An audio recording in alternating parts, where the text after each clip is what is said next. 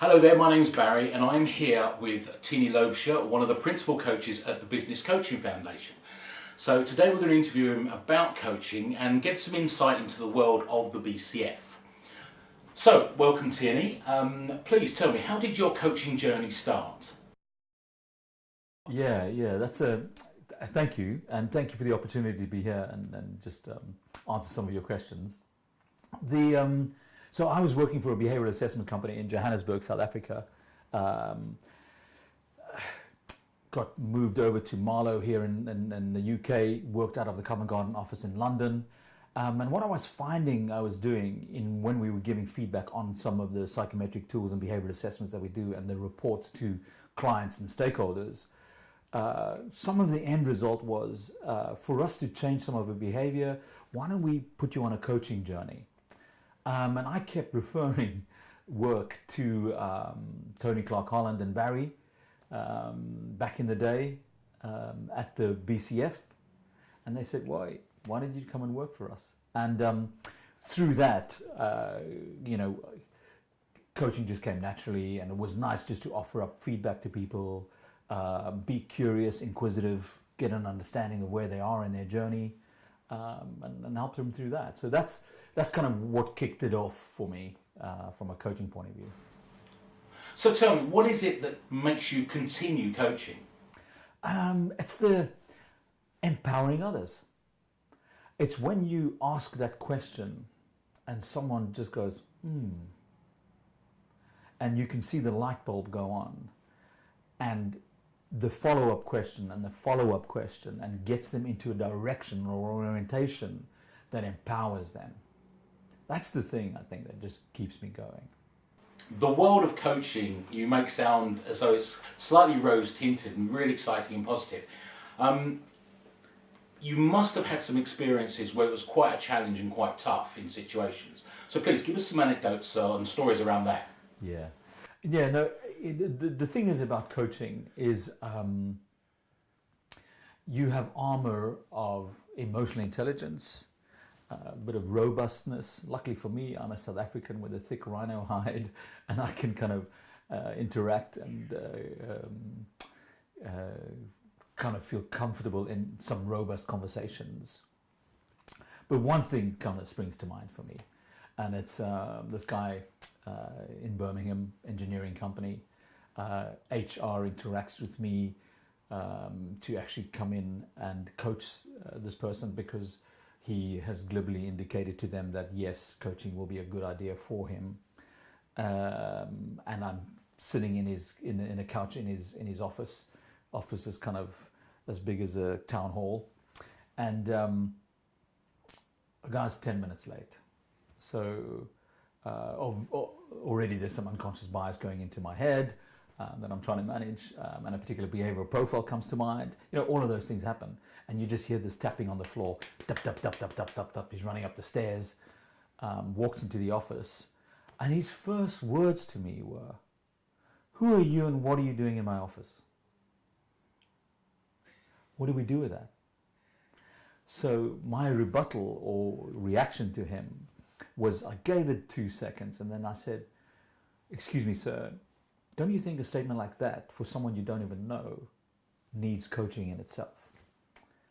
And sometimes you've just got to be robust about the reactions you have to people when they try and put you in the back foot, when they try and tease your dragon or your reptilian part of your brain to come in and fight. Just stay calm and react to the situation that you're in. Because whether I'm there or whether I leave, or whether he wants coaching or doesn't want coaching, is besides the point. It's an interaction that's taking place in the moment that you need to react to. So stay calm in a situation that may be a little bit robust or tough. Not always easy. I can't say that it's always easy. And if I had encountered that right in the beginning of my coaching days, I think I may have fled. Excellent. The opposite is obviously true. So give us some moments about, great moments you've had in coaching for you. Yeah, that's a nice question. Thank you. So there's two. I was coaching some graduates, and this one young lady very ambitious. And in some graduates, the road to CEO is 2 to 3 weeks in their minds. And it's how do you tame the stallion inside them without diminishing the fact that they have got some activity to do over a longer period of time than 2 weeks to become CEO, and not break the enthusiasm.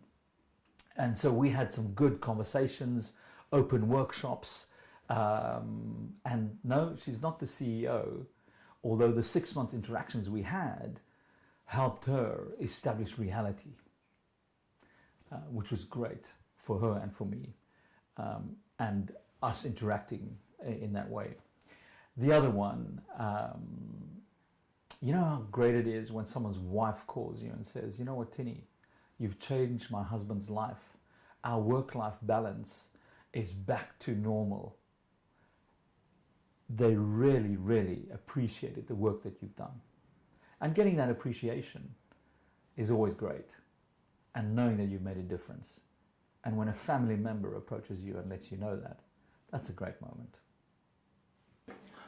So this interview really is for the folks out there watching.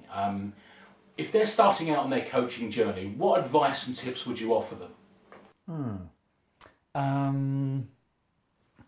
Interesting question. And I think, without giving a stock answer of, go with what you know and understand who you are and, play to your strengths and all of those things, I'd say explore coaching, and only when you believe that that is something that you really want to do, because there's altruism involved.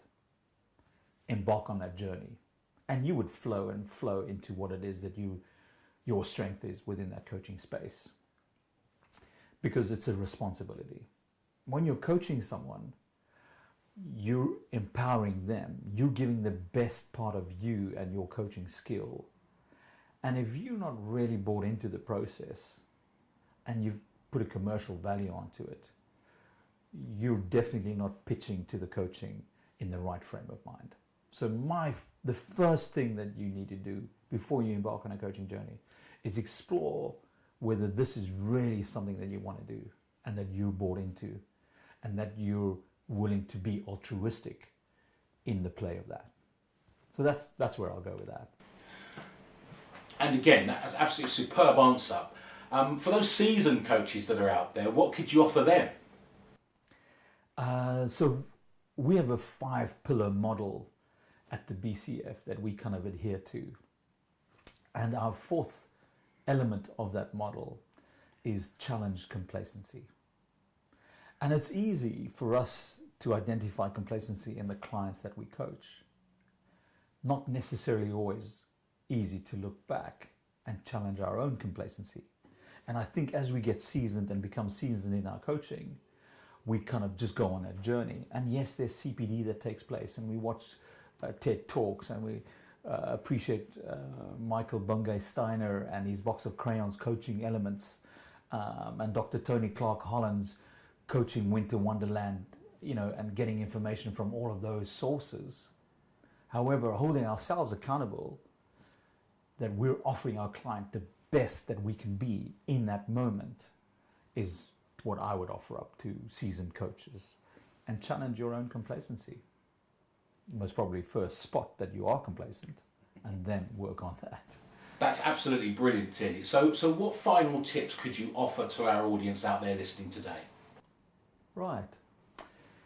I would ask them to just look at a reputable business that's offering you some coaching and accredited coaching training. Make sure that what you're getting covers factors like questioning, listening, moving things forward, offering supportive feedback, offers you robustness. Let them observe you do coaching and give you feedback. Because remember, feedback's the breakfast of champions. We pursue feedback as masters of our expert spaces. So on a daily basis, I'm trying to get feedback on the way that I'm coaching and whether that's palatable for someone. So I'd say look for a reputable business that's offering you the coaching, training and the skills building that you require. There's a lot of online stuff, there's a lot of classroom stuff, depending on what you feel you want to do. And also speak to people about coaching and let them refer you into what it is that they thought was great. However, someone will tell you something's great. Validate the greatness by asking them in depth what they took away from that greatness that made it great. Because a referral is just as good as what you actually get from it. So that's what I'd leave people with. So, thank you to Tienie Loubser from the Business Coaching Foundation. I hope you found that quite insightful. And if you want any further information, click on the link below. It'll take you through to the Business Coaching Foundation's website. So don't forget, everybody out there, if you want to make a difference in this world, don't forget you can also coach the world. Thank you very much.